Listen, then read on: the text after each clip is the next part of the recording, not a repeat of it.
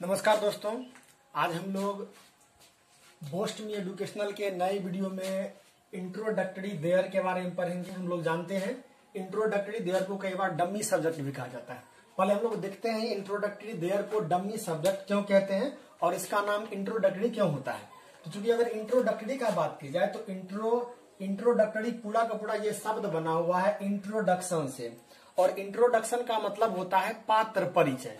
यानी कहने का मतलब ये कि ये इंट्रोडक्टरी देयर जिस वाक्य में भी आएंगे उसमें यह सिर्फ और सिर्फ एक परिचय का काम करवाएगा। यूं कह सकते हैं वाक्य में अन्य शब्दों के साथ। और दूसरी अवस्था में क्या देखते हैं, इसका नाम क्या होता है, डमी सब्जेक्ट। हम जानते हैं डम का मतलब होता है गूंगा, तो डमी का मतलब हो गया गूंगा वाला, और सब्जेक्ट का मतलब कर्ता। इस तरह से हम कह सकते हैं कि उस प्रकार के कर्ता जिसका कि हम लोग प्रयोग तो करते हैं लेकिन उसका कुछ भी अर्थ या मतलब नहीं होता, इस तरह के सब्जेक्ट को हम लोग डमी सब्जेक्ट कहते हैं। अब देखते हैं ये डमी सब्जेक्ट या इंट्रोडक्टरी देयर की हमें का आवश्यकता हमें क्यों पड़ता है। क्या अन्य प्रकार के जो भी शब्द हैं, अन्य प्रकार के जो भी अंग्रेजी के नियम है, क्या उनसे वाक्य नहीं बनते जो इस तरह से डमी सब्जेक्ट लेना आवश्यक होता है। तो इसके पीछे कारण क्या होते हैं, चूंकि हम लोग जानते हैं ये चूंकि इंट्रोडक्टरी देयर और या फिर ये डमी सब्जेक्ट देखें तो ये दो प्रकार के होते हैं। एक तो ये इट होता है और दूसरा होता है देयर। एक इट होता है और एक देयर होता है। अब इन दोनों में हम लोग फर्क क्या देखे थे, तो इट का प्रयोग हम लोग सिर्फ और सिर्फ वहां करते हैं जहां पर कि हमें नेचुरल इवेंट को दर्शाना होता है। और नेचुरल इवेंट क्या हो सकता है, तो हम कह सकते हैं दिन रात का होना, समय का बदलना, घड़ी के समय में परिवर्तन होना, इस तरह से अन्य मान लीजिए बाढ़ का आना, भूकंप का आना, ठनका गिर जाना, इस तरह से विभिन्न प्रकार की क्रियाएं जो होती है ये सभी के सभी नेचुरल इवेंट में आते हैं। अगर आपको इसके बारे में जानकारी नहीं तो आप हमारे इंट्रोडक्टरी इट से संबंधित वीडियो देख करके हमने उसमें पूरे इसके बारे में जानकारी दिया है। यहाँ पर हम लोग देयर के बारे में पढ़ रहे हैं। देयर का प्रयोग हम लोग मूल रूप से वहां करते हैं जहां पर कि चूंकि हम जानते हैं जब भी कोई अगर वाक्य बनेगा तो वाक्य बनने में subject plus verb plus object ये तीन का होना परम आवश्यक होता है। लेकिन कई सारे वाक्य ऐसे होते हैं जिसमें कि सब्जेक्ट और ऑब्जेक्ट या फिर यूं कह सकते हैं क्या कि सब्जेक्ट दो बार आ सकता है, और दो बार जो सब्जेक्ट आ सकता है उसमें एक नाउन हो सकते हैं और दूसरा जो हो सकता है वह प्रोनाउन हो सकता है। इस स्थिति में चूंकि हम लोग जानते हैं जब भी प्रोनाउन आएगा तो वह नाउन के बदले में आएगा। इस तरह से नाउन और प्रोनाउन दोनों एक जगह पर रहेंगे, तो इस स्थिति में हम लोग देयर का प्रयोग करते हैं। इसके साथ ही कई अन्य स्थितियां भी होती है जिसमें हम लोग देयर का प्रयोग करते हैं। जैसे मान लीजिए क्या, एक गांव है, ठीक। अब यहां पर अगर दिया जाए तो एक गांव है, क्या है गांव, क्या है गांव, एक गांव है। तो इस स्थिति में इसका अगर आप वाक्य बनाएंगे तो आपको बनाना पड़ेगा देयर इज ए विलेज, ठीक है। तो इस स्थिति में हम देख सकते हैं क्या कि यहाँ जो देयर जो सब्जेक्ट के रूप में आया है ये सब्जेक्ट अभी अपने आप में इज लेकर के आया है। यानी कहने का मतलब ये कि अभी इस स्थिति में सिंगुलर वर्ब लेकर के आया है। इस स्थिति में आपको एक बात और ध्यान रखना है क्या कि ये जो देयर होता है इसका अपना कुछ भी मतलब तो होता नहीं है। इसके साथ साथ इसके साथ जो आने वाले वर्ब होते हैं, चूंकि हम जानते हैं अगर इज आया है तो इसका मतलब यह सिंगुलर वर्ब है। इसी में अगर हम आर दे दें तो यह वर्तमान काल में प्लुरल वर्ब का काम करेगा। तो इस स्थिति में ये देयर जो आएगा यह आएगा ये विलेज के अनुसार, ये विलेज के अनुसार से इज आया है। इसी प्रकार से मान लिया जाए क्या, देयर आर मेनी पीपुल, ठीक है। देयर आर मेनी पीपुल, बहुत लोग हैं। इस स्थिति में हम कह सकते हैं यहां पर देयर, यहां पर आर आ गया है। इस स्थिति में आर जो आया किसके लिए, मेनी, बहुत लोगों के लिए। हम कह सकते हैं इस स्थिति में कि इसका प्रयोग जो हम लोग इज के लिए भी, अब अगर बारी बारी से देखा जाए इसका हम लोग प्रयोग कहां कहां कर सकते हैं देख सकते हैं। तो इस स्थिति में टू यूज विथ किसके साथ प्रयोग करना है, इज के साथ, आर के साथ, वाज वेयर। अब यहां पर देख सकते हैं जब एक गांव है तो देयर इज ए विलेज, इसी में आप कर दीजिए क्या, एक गांव था, तब यहां पर इसके बदले में क्या हो जाएगा, देयर वाज ए विलेज। इसी प्रकार से मान लीजिए एक गांव था, यहां पर क्या हुआ है, देयर आर मेनी पीपुल, यहां पर आर के बदले वेयर डाल दीजिए, देयर वेयर मेनी पीपुल, बहुत लोग थे। तो हम देख सकते हैं क्या कि इस स्थिति में यहां पर देयर जो है इसका कुछ भी मतलब नहीं है। इस तरह से असंख्य प्रकार की स्थितियां उत्पन्न हो सकती है जबकि आपको इसका प्रयोग करना पड़ सकता है। जैसे मान लीजिएगा एक राजा था, देयर वाज ए किंग, बहुत लोग थे, देयर वेयर मच पीपुल। इसमें कई बार ये भी हो सकता है, मान लीजिए एक गांव था, इसी में कई बार क्या हो सकता है इसमें यहां वहां शब्द जुटा हुआ हो सकता है, एक यहां और एक वहां। तो यहां का अगर ओरिजिनल अंग्रेजी दिया जाए तो यहां का अंग्रेजी होता है देयर और वहां का अंग्रेजी होता है वेयर। वेयर का मतलब होता है वहां और देयर का मतलब होता है यहां। तो इस स्थिति में ध्यान लगाना है क्या कि जब दो बार अगर देयर अगर किसी वाक्य के साथ अगर आया हुआ हो तो इस स्थिति में इस देयर का अलग से आपको अंग्रेजी रखना आवश्यक होता है। जैसे आप एग्जाम्पल के तौर पर आप ले सकते हैं क्या, मान लीजिए वहां सांप है, ठीक, तो देख सकते हैं there is a snake where, ठीक है, there is a snake where, वहां एक सांप है। इस स्थिति में हम कह सकते हैं कि यहाँ देयर जो है वह किस रूप में है, तो हम कह सकते हैं यह डमी शब्द के रूप में है और यहाँ जो वेयर आया है वह किसके लिए आया है, तो यह वहां के लिए आया है। यानी कहने का मतलब ये कि अगर यहाँ वहां शब्द अगर जुटा हुआ रहेगा तो उसके लिए आपको अलग से उसका अंग्रेजी फिर से आपको रखना आवश्यक होगा। इसी प्रकार से कई बार क्या हो सकता है इसके साथ साथ, तो कई बार नथिंग बट लग करके कई बार इसमें वाक्य बनता है। जैसे मान लीजिए क्या, तो वहां सांप है, इसी में ले लीजिए क्या कि वहां सांप ही सांप है, वहां सांप ही सांप है। तो देयर इज, इसका जो अंग्रेजी बन जाएगा वो क्या हो जाएगा, तो there is nothing but, there is nothing but snake. यहाँ पे वहां लगा हुआ है तो वेयर लगा दीजिए, there is nothing but snake where, वहां सांप ही सांप है। इस स्थिति में देख सकते हैं क्या कि यदि इस तरह का असंख्य प्रकार का स्थिति आ सकता है, जैसे मान लीजिए क्या गांव के चारों तरफ पानी ही पानी है, तो there is nothing but water around the village. मान लीजिए गांव में गरीबी ही गरीबी है, तो there is nothing but poverty in the village. इस तरह की असंख्य प्रकार की स्थितियां आ सकती है और सबों के लिए आप इस प्रकार से वाक्य बना सकते हैं। फिर अगर आगे देखिए वाज वेयर के बाद ये विल भी आता है, हम जानते हैं विल भी का मतलब क्या होता है, तो होगा, होंगी, होंगे।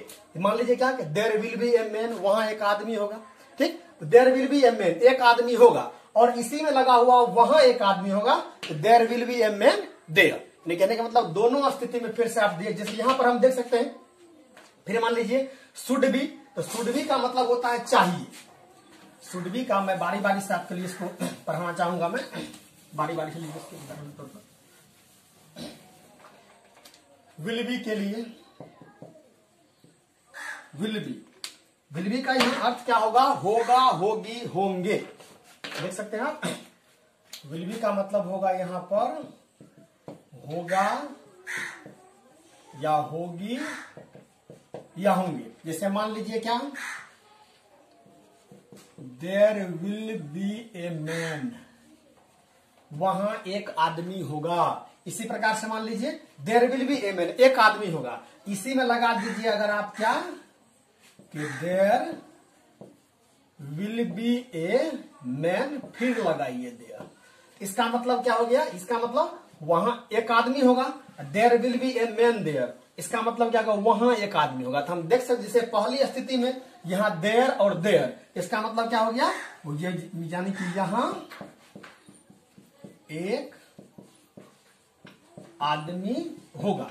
और अगर ऊपर वाला वाक्य के लिए तो एक आदमी होगा, इसमें यहां वहां कुछ भी शब्द नहीं आएगा। फिर आइए शुड बी, ठीक, तो शुड बी के लिए एक चीज अब आपको पढ़ना होगा, ये आप थोड़ा इसको देखिए पहले, इसके बाद ये आपके लिए आसान हो जाएगा। यहां पर हम दिमाग लगा सकते, सर और भी बहुत सारी स्थितियां आ सकती है, इसमें आप ये ध्यान रखिए क्या, एक कैन और एक मे, एक कैन और एक मे। अगर वर्तमान काल में बात किया जाए तो और ये कैन और मे, ये दोनों का मतलब होता है सकना, ठीक है। तो हम कह सकते हैं कि अब इसमें सकना, जैसे मूल वर्ब में जानते हैं नौ आता ही है, इसके बाद जैसे जैसे इसको अलग अलग वर्ब आदि में ले जाए उस तरह से इसका रूप बदल सकता है क्या, नहीं बदल सकता। क्यों नहीं बदल सकता, क्योंकि ये कैन और मे अपने आप में मॉडल वर्ब है और मॉडल वर्ब के जो रूप होते हैं वे अन्य वर्बों की माफिक शब्दों में चला नहीं करते, इसीलिए इसका जो होता है एक अपना ही अर्थ और मतलब होता है। अब यहां पर हम देखते हैं कैन जो होता है, ये कैन और मे इन दोनों का मतलब सकना होता है। ये कैन और मे का जब पास्ट फॉर्म बनाते हैं, जब कैन और मे को पास्ट में ले जाते हैं तो ये कैन का हो जाता है कुड, ठीक है। और ये माइट में जो ले जाते हैं तो मे का हो जाता है माइट। तो इस स्थिति में मान लीजिए कैन का अगर मतलब होता है सकना तो कुड का मतलब सकता था, मे का मतलब सकना तो माइट का मतलब सकता था। इस तरह से अन्य स्थिति में भी। अब इसमें आपको ध्यान क्या रखना है, जब हम लोग कैन लगाते हैं इसका मतलब ये होता है कि किसी भी जिस काम आदि के लिए भी आप बात कर रहे हैं उसके लिए आप 100% समर्थ हैं या फिर आप एबिलिटी रखते हैं। जैसे मान लीजिए क्या कि मैं 5 घंटे पढ़ सकता हूं तो आई कैन रीड 5 आवर। इसी प्रकार से मान लीजिए राम अगर 5 घंटा पढ़ सकता है तो इस स्थिति में राम के मर्जी पर है। It's not don't depend on you, यह आप पर निर्भर नहीं करता है, यह राम पर निर्भर करता है कि राम ऐसा कर सकता है या नहीं कर सकता है। इस स्थिति में तो राम मे रीड 5 आवर्स, ठीक है। राम मे रीड 5 आवर्स और आई कैन रीड 5 आवर्स। यानी कहने का मतलब ये कि किसी भी स्थिति में अगर आप 100% अगर आश्वस्त हो, कन्फर्म हो, तब आप कैन का प्रयोग कर सकते हैं। और अगर मन में अगर किसी भी प्रकार का सस्पिशन हो तो आप मे का प्रयोग कीजिए इस स्थिति में। और ये देख सकते हैं आप क्या, यहाँ पे शुड भी हम कह सकते हैं, ये कैन और कैन का कुड, मे का माइट, ये मिल जाएगा आपको। शुड का मतलब क्या होता है, चाहिए। शुड का मतलब होता है चाहिए और ये मुस्ट का मतलब होता है अवश्य चाहिए। इसका मतलब होता है अवश्य चाहिए। अब देख सकते हैं, अब यहाँ पर देर के साथ जैसे हम लोगों ने पहले देखा कि देर शब्द जो आता है वह किसके लिए आता है, तो अपने साथ आने वाले जो सब्जेक्ट होते हैं उसके अनुसार से कई बार यह सिंगुलर भी हो सकता है, कई बार प्लुरल भी हो सकता है। और हम जानते हैं कैन कुड जो होता है, कैन कुड ये शुड वगैरह जो होता है, इसका प्रयोग हम लोग सभी के लिए एक समान प्रकार से कर सकते हैं। अब देखिए यहाँ पर शुड का मतलब चाहिए। मान लीजिए देर should be a man, there should be a man, एक आदमी होना चाहिए, ठीक। इसी प्रकार से मान लीजिए there where should be a man, वहां एक आदमी होना चाहिए था। इस तरह से मान लीजिए शुड चाहिए, देर शुड बी ए मैन, एक आदमी होना चाहिए। इसी में मोस्ट लगाइए, देर must B a man.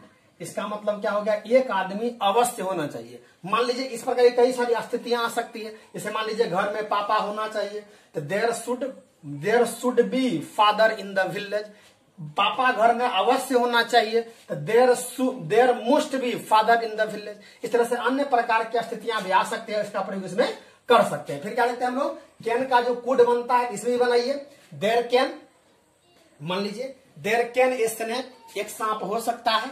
There could a snake, एक सांप हो सकता था। इसी प्रकार से मान लीजिए देर में कुछ भी लीजिए, देर में कम आ सकता है, देर माइट कम आ सकता था। इस तरह से आप देख करके अन्य प्रकार के वाक्यों को भी ले सकते हैं। उदाहरण के तौर पर शुड बी का हम लोगों ने क्या देखा, मतलब क्या होता है चाहिए। मुस्ट के भी क्या मतलब अवश्य चाहिए, शुड हैव बीन। देखिए should have been, must have been, इन दोनों का मतलब होता है क्या, हो सकता था, ठीक है। या हो सकता था, हो सकते थे, हो सकती थी, इन संबंध में शुड हैव बीन और मुस्ट हैव बीन का प्रयोग होता है। जैसे मान लीजिए क्या कि there should have been fight, झगड़ा हो सकता था। इसी प्रकार से मान लीजिए कि देर मुस्ट हैव बीन रेन, वर्षा अवश्य हो सकती थी। इस तरह से अलग अलग प्रयोग कर करके इसका प्रयोग कर सकते हैं। फिर हम लोग क्या देखते हैं, कई बार देर के लिए इंट्रोडक्टरी के अन्य प्रयोगों में अगर देखा जाए तो कभी कभार इसके साथ to use with, to leave, to look और टू फील और टू सीम्स टू आदि लग करके इसमें कई बार वाक्य बनते हैं। ये टू लीव जो होता है हम जानते हैं, लीव का मतलब होता है रहना, ठीक है। इसका प्रयोग अक्सर जब हम लोग किसी पास्ट समय में, बीते हुए समय में, जब किसी व्यक्ति या कोई राजा वगैरह हो या फिर कोई इस तरह का बड़ा डायनेस्टी राजशाही वगैरह था, उसके बारे में जब हम लोग चर्चा करते हैं तब ये टू लीव का देर के साथ प्रयोग करना पड़ता है। जैसे मान लीजिए क्या,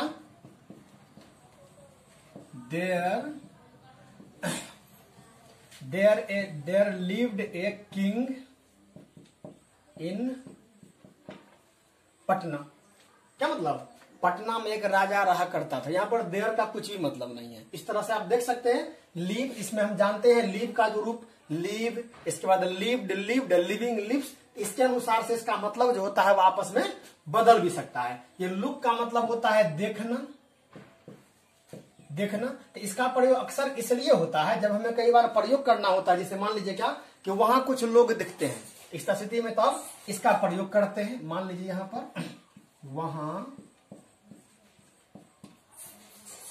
वहां कुछ लोग दिखते हैं, ठीक है। जिसका वाक्य बनाइए there look some man there. देख यहां पर वहां लगा हुआ है तो यहां पर आप वेयर भी दे सकते हैं, वेयर, ठीक है। और अगर मान लीजिए वहां नहीं हो, यहां लगा हुआ, तो वहां कुछ लोग दिखते हैं, कुछ लोग दिखते हैं, देयर लुक सम मैन, तब यहां पर वेयर को आप हटा दीजिए। यानी कहने का मतलब जो पहले हम लोग सीखे थे सेम टू सेम उसी प्रकार से इसे भी वाक्य बनता है। फिर और भी देख सकते हैं यहां पर, मान लीजिए वहां कोई नहीं दिखता है, देयर नॉट लुक्ड एनीवन, वहां कोई नहीं दिखता है। मान लीजिए वहां पर फूल ही फूल दिखते हैं तो देयर लुक्ड ओनली फ्लावर, ठीक है। अब इसमें आप लोग ध्यान रख सकते हैं कि जैसे हम लोग पहले सीखा था नथिंग बट लगा करके, तो there look nothing but flower, तो इस स्थिति में भी इसका वाक्य बन सकता है। जैसे मान लीजिए क्या कि बोर्ड पर शब्द ही शब्द दिखते हैं, there is nothing look but word in this board, इस तरह से अन्य भी। फिर यहां देखिए टू फील और टू सीम्स टू, इन दोनों का मतलब होता है क्या?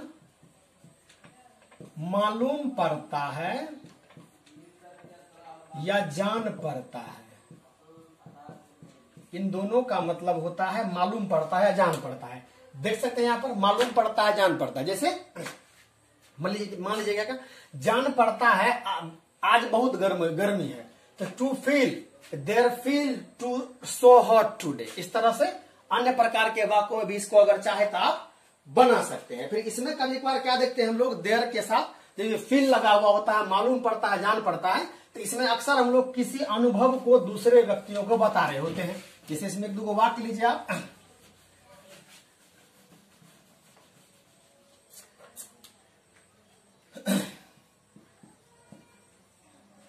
There feel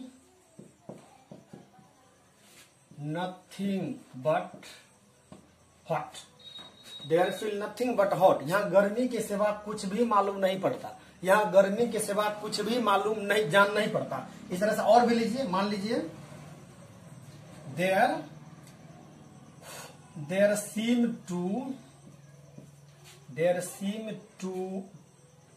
there seem to be caging. Catch का मतलब पिंजरे में बंद करना होता है। तो जान पड़ता है या मालूम पड़ता है क्या कि जिस चीज की भी बात के बारे में बात आदि किया जा रहा है, वह अब आने वाले कुछ ही समय में पिंजरे में कह सकते हैं, इस तरह से वह कैद आदि होने वाला है। इस तरह से इसका प्रयोग हम लोग करते हैं। फिर क्या होता है इसमें, तो कई बार मालूम पड़ता है, जान पड़ता है। मान लीजिए कि there feel so hot today, there feel so cold today, there feel enemy today, there feel around of enemy today, आज चारों तरफ दुश्मन ही दुश्मन, या मान लीजिए खतरा ही खतरा मालूम पड़ता है। इस तरह से इसका प्रयोग हम लोग कर सकते हैं। फिर कई बार क्या होता है, इसी प्रकार से हम लोग यहाँ पर एक चीज का और विशेष रूप से ध्यान क्या रखना है कि जब भी हम लोग ये इंट्रोडक्टरी देयर आदि का प्रयोग करते हैं तो वो हम लोग करते हैं सिर्फ और सिर्फ प्रोनाउन के लिए, इसका प्रयोग नहीं होता है। जैसा कि हम जानते हैं अगर प्रोनाउन के बारे में अगर बात किया जाए, प्रोनाउन, तो प्रोनाउन दो प्रकार के हो सकते हैं। एक हो सकता है डिफिनिट। तो डिफिनिट प्रोनाउन क्या होता है, तो हम लोग प्रोनाउन को जो मूल रूप में पढ़ते हैं, जैसे मान लीजिए आई हो गया, वी हो गया, यू हो गया, इसी प्रकार से मान लीजिए ही, सी, इट, दिस आदि जितना भी हो, इसके साथ आप देयर का प्रयोग नहीं कर सकते, ठीक है। फिर इसमें हम जानते हैं डिफिनिट और एक प्रोनाउन जो होता है वह क्या होता है, इंडिफिनिट। इंडिफिनिट प्रोनाउन कौन से होते हैं, जिसमें कि किसी व्यक्ति के आदि के बारे में हम लोग चर्चा तो करते हैं, लेकिन जब उसके बारे में चर्चा आदि हम लोग कर रहे होते हैं तो वास्तव में उसकी सही जानकारी हम लोगों को नहीं होती। जैसे मान लीजिए क्या समवन कोई, एनीवन, एनीवन कोई, इसी प्रकार से मान लीजिए नथिंग कोई नहीं, मान लीजिए समबडी, समबडी कुछ हो सकता है, इसी प्रकार से मान लीजिए सम एवरीवन, एवरीवन, ये सभी के सभी। तो हम देख सकते हैं क्या कि समवन का मतलब होता है कोई, एनीवन का मतलब भी होता है कोई, नथिंग का मतलब होता है कुछ भी नहीं या कोई नहीं, समबॉडी का मतलब होता है कोई, और यहाँ पे एवरीवन या एवरीबॉडी का मतलब होता है प्रत्येक व्यक्ति। तो इस स्थिति में हम लोग ये देयर का प्रयोग इसके साथ साथ हम लोग करते हैं। यानी कहने का मतलब ये कि THE देयर, देयर के पास देखिए यहाँ पर कौन आया है, उसके अनुसार से आप इसमें वर्ब रखिए और वर्ब रख करके आप वाक्य का निर्माण कर सकते हैं। जैसे मान लीजिए क्या कि there is some men there, वहां कुछ आदमी है, there are some men there, वहां कुछ आदमी है, दोनों स्थिति में। तो there is someone, there is some men there, वहां कुछ आदमी है, इसका मतलब एक आदमी है। There are some men there, तो वहां पर कुछ आदमी है, इसका मतलब यह है कि आदमी जो है वह एक से अधिक है। इसी प्रकार जानते हैं एनीवन, एनी का मतलब था कोई भी। मान लीजिए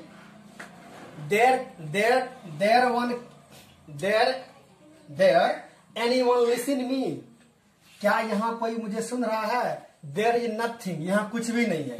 देयर इज समबॉडी, वहां कोई है। फिर लीजिए देयर आर एवरीवन देयर, यहाँ सभी के सभी हैं। और इन सभी स्थिति में यदि मान लीजिए वहां और यदि वहां अगर पहले या बाद में लगा हुआ हो, जिसे हम लोग पहले किए थे, दोनों तरफ से यहाँ वहां जोड़ दिए थे, उसी प्रकार से आपको यह चीज जोड़। अगली स्थिति की जो हम लोग बात कर रहे थे उसमें हम लोगों ने क्या देखा था कि देयर के साथ कई बार देयर प्लस नथिंग बट और कई बार देयर प्लस नन बट आप मिल करके आ सकते हैं। और ये दोनों का जो मतलब होता है ये कुछ इस प्रकार का होता है। जब भी आपको कभी कभी इस तरह के वाक्यों को अगर बनाना होता है, जैसे मान लीजिए कि देयर इज नथिंग बट लगा करके, जैसे वहां कुछ भी नहीं है, इनका वाक्य आप इस विधि से बना सकते हैं। तो इसको आपको बनाना होगा तो आप बना सकते हैं क्या, देयर इज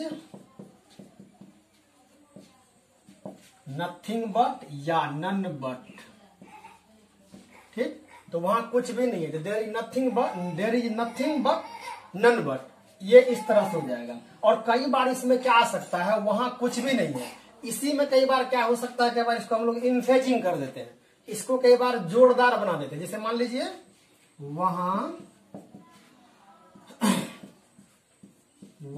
पानी के अलावा या सिवा कुछ नहीं है। इसका भी ठीक उसी प्रकार से बनाइए, there is nothing but, there is nothing but या नथिंग बट के जगह पर आप same to same none but रख सकते हैं। There is nothing but none but, क्या वहां पानी के अलावा या सिवा कुछ भी नहीं है, तो देयर इज नथिंग बट या नन बट वाटर। कितना आसान हो जाता है, देयर इज नथिंग बट या नन बट वाटर। बस आप देख सकते हैं नथिंग बट देयर के साथ। अब यहाँ पर दिमाग लगाइए, वहां पानी के सिवा कुछ भी नहीं है, क्या पानी को हम गिन सकते हैं? नहीं, इसलिए यहाँ पर हम इज लगाए हैं। इसी प्रकार से मान लीजिए वहां कुछ भी अलग बदलिए, यहाँ पर मान लीजिए वहां लोगों के या अलावा कुछ भी नहीं है, तो लोगों को तो हम गिन सकते हैं। तो इस स्थिति में तो आपको यहाँ पर आर रखना होगा। तो देयर आर नथिंग बट या नन बट, और यहाँ पर हम जानते हैं लोग का अंग्रेजी क्या होता है, जानते हैं मैन या पीपुल, तो यहाँ पर हो जाएगा POPLE। देख सकते हैं इस तरह का अन्य भी स्थिति आए तो आप same to same there is nothing but लगा करके और नन बट लगा करके इस तरह के वाक्यों को बना सकते हैं। इसका मतलब क्या हो जाएगा, के अलावा कुछ भी नहीं है, के सिवा कुछ भी नहीं है, इस तरह से। और भी लीजिए, मान लीजिए कि गांव में किसान के अलावा या किसान के सिवा कुछ भी नहीं, तो देयर इज नथिंग बट या none but farmer in the village. आगे बढ़िए, इसके बाद क्या देखते हैं, कई बार ये इंट्रोडक्टरी जो देयर होता है इसके साथ साथ कई बार काइंड ऑफ, सॉर्ट ऑफ और टाइप ऑफ लगे हुए रह सकते हैं। देखिए ये क्या होते हैं, इसको भी हटाइए। जब देखते हैं हम लोग काइंड ऑफ, सॉर्ट ऑफ और टाइप ऑफ लगा रहता है, इन तीनों का मतलब होता है प्रकार। ठीक है, इन तीनों का मतलब होता है प्रकार। और ये भी ध्यान रखना है कई बार इसके साथ साथ मिल करके कई बार अन्य एडजेक्टिव भी आ सकते हैं। और एडजेक्टिव जो आ सकते हैं ये क्या क्या आ सकते हैं, इसके साथ आने वाले एडजेक्टिव कई बार हो सकते हैं सर्वल। हम जानते हैं सर्वल का मतलब होता है अनेक। इसी प्रकार से कई बार इसमें आ सकता है मेनी, मेनी का मतलब बहुत। और कई बार आ सकता है इसमें सो मेनी, तो सो मेनी का भी मतलब होता है बहुत। लेकिन यहां पर ये सो मेनी जो होता है इसका मतलब होता है बहुत अधिक। मेनी का मतलब बहुत ले लीजिए और सो मेनी का मतलब ले सकते हैं आप क्या, बहुत अधिक मात्रा में। ठीक है, तो इसमें देखना है क्या, यदि सिर्फ kind of, sort of, types of हो तब इसको हम लोग सिंगुलर मान के चलते हैं और इसके पहले जो आने वाला वर्ब होता है वह इज होता है। और यदि इसी kind of, sort of, types of के पहले अगर ये सभी के सभी अगर एडजेक्टिव लगा हुआ हो, सर्वल, अनेक, मेनी और से मेनी, तब इसके बाद जो आने वाले वर्ब होते हैं वे आर हो जाते हैं। या फिर यूं कह सकते हैं कि आने वाले वर्ब जो होते हैं वे बहुवचन हो जाते हैं। जैसे मान लीजिए क्या कि there is two kind of people, दो प्रकार के लोग। There are three kind of, there is three kind of, कुछ भी लीजिए, there is three kind of book. There are 8 kind of parts of speech. There is 10 kind of adjective. देख सकते हैं यहाँ पे। अब इसी में ले लीजिए सर्वल लगा करके, there are several kind of man, बहुत प्रकार के लोग। लीजिए यहाँ पर जब लेंगे हम इसको इज के साथ अब यह सिंगुलर होगा। जैसे में मान लीजिए there is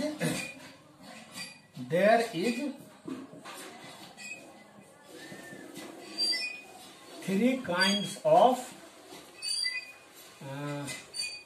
there is 3 kinds of language form. भाषा के मूल रूप से 3 प्रकार हो सकते हैं।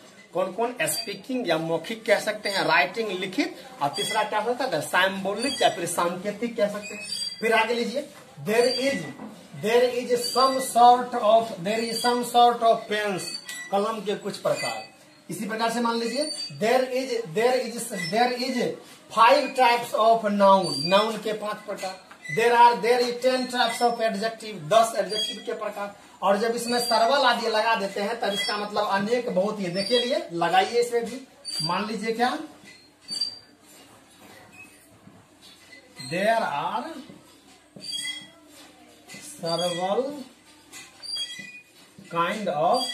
सर्वल काइंड ऑफ बुक, अनेक प्रकार की किताब। यहाँ पर बुक ना देकर के बुक्स दीजिए, यहाँ पर आ रहा है इसी प्रकार। फिर और मान लीजिए there are so many types of problem, there are so many types of problem, बहुत प्रकार की समस्याएं। इस तरह से देख सकते हैं इसमें और भी शब्द आदि को जोड़ करके आप बहुत ही अच्छे प्रकार के वाक्यों को बना सकते हैं। इस वीडियो को 1 से अधिक बार देखें और खुद से आप मुंह से बिना कॉपी कलम आदि का प्रयोग किए हुए आप वाक्य बनाने का प्रयास करें। आप सबको बहुत ही अच्छी प्रकार से कर पाएंगे। फिर इसमें एक स्थिति क्या देखते हैं हम लोग, तो कई बार देर के साथ साथ कई बार जहां, वहां या वहीं, जैसे आप देख सकते हैं यहाँ पर इस तरह के शब्द भी कई बार देर के साथ लगे हुए रहते हैं। तो जब भी इस तरह का होगा, इस तरह का जो वाक्य होता है, जैसे मान लीजिए जहां किसान है वहां खेती है, जहां मेहनत है वहां सफलता है, जहां संघर्ष है वहां जीवन है। इसी प्रकार से अन्य प्रकार की भी बातों को इसमें लेकर के आप बना सकते हैं। इसमें जब वाक्य आते हैं, जैसे मान लीजिए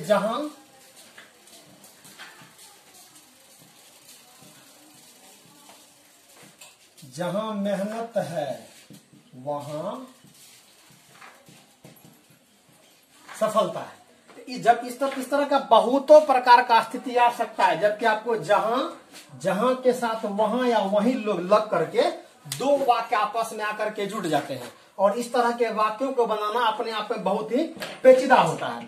इसमें आपको एक ध्यान क्या रखना है, जब भी इस तरह का वाक्य हो तो ये मूल रूप से 2 भागों में बटे हुए होते हैं। देखिए, जहां मेहनत है वहां सफलता है।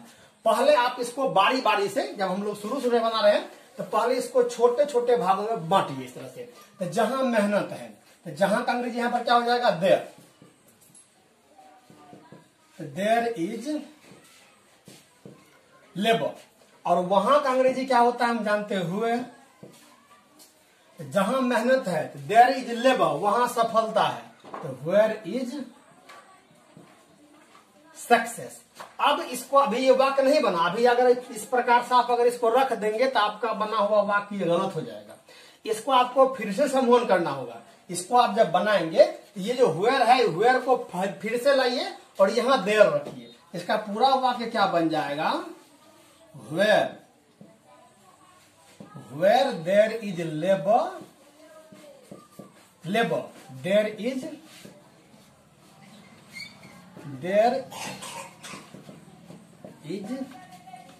Success.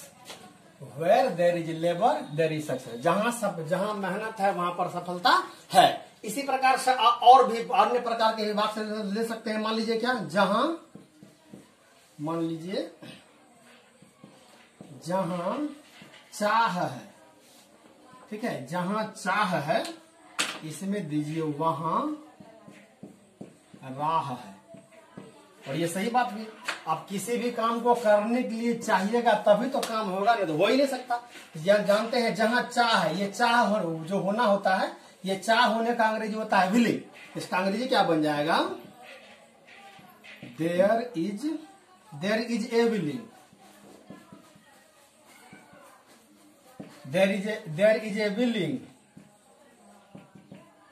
Where is a way. Way का मतलब रास्ता होता है। अब जैसे हम लोग पहले वाला में किए थे सेम टू सेम यहां पर भी कीजिए, तो ये क्या हो जाएगा,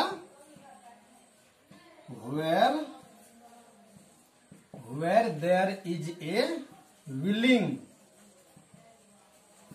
there is way, there is a way. क्या मतलब हो गया, देयर इज ए विलिंग, जहां चाह है, where there is willing there is way. वहां जहां, यानी यहां पूरा अगर पढ़े तो ये समझ में क्या आता है, वहां जहां चाह है वहां राह है। लेकिन अगर अंग्रेजी में पूरा देखें इसका मतलब क्या निकलता है, जहां चाह है वहां राह है। इस तरह का अन्य हजारों प्रकार की स्थितियां आ सकती है जब 30 प्रकार का वाक्य बनाए जाते हैं। जैसे मान लीजिए क्या, जहां संघर्ष है वहां सफलता है, जहां मेहनत है वहां संपन्नता है, जहां शिक्षा है वहां संपत्ति है, जहां धन है वहां पर कुछ भी लीजिए, जहां धन है वहां पर स्वास्थ्य है, जहां गांव है वहां किसान है। इस तरह से असंख्य प्रकार की स्थितियां आ सकती है और सबों का वाक्य आप इसी प्रकार से बना सकते हैं। आशा करता हूं यह आपके लिए उपयोगी सिद्ध होगा। Thanks for watching.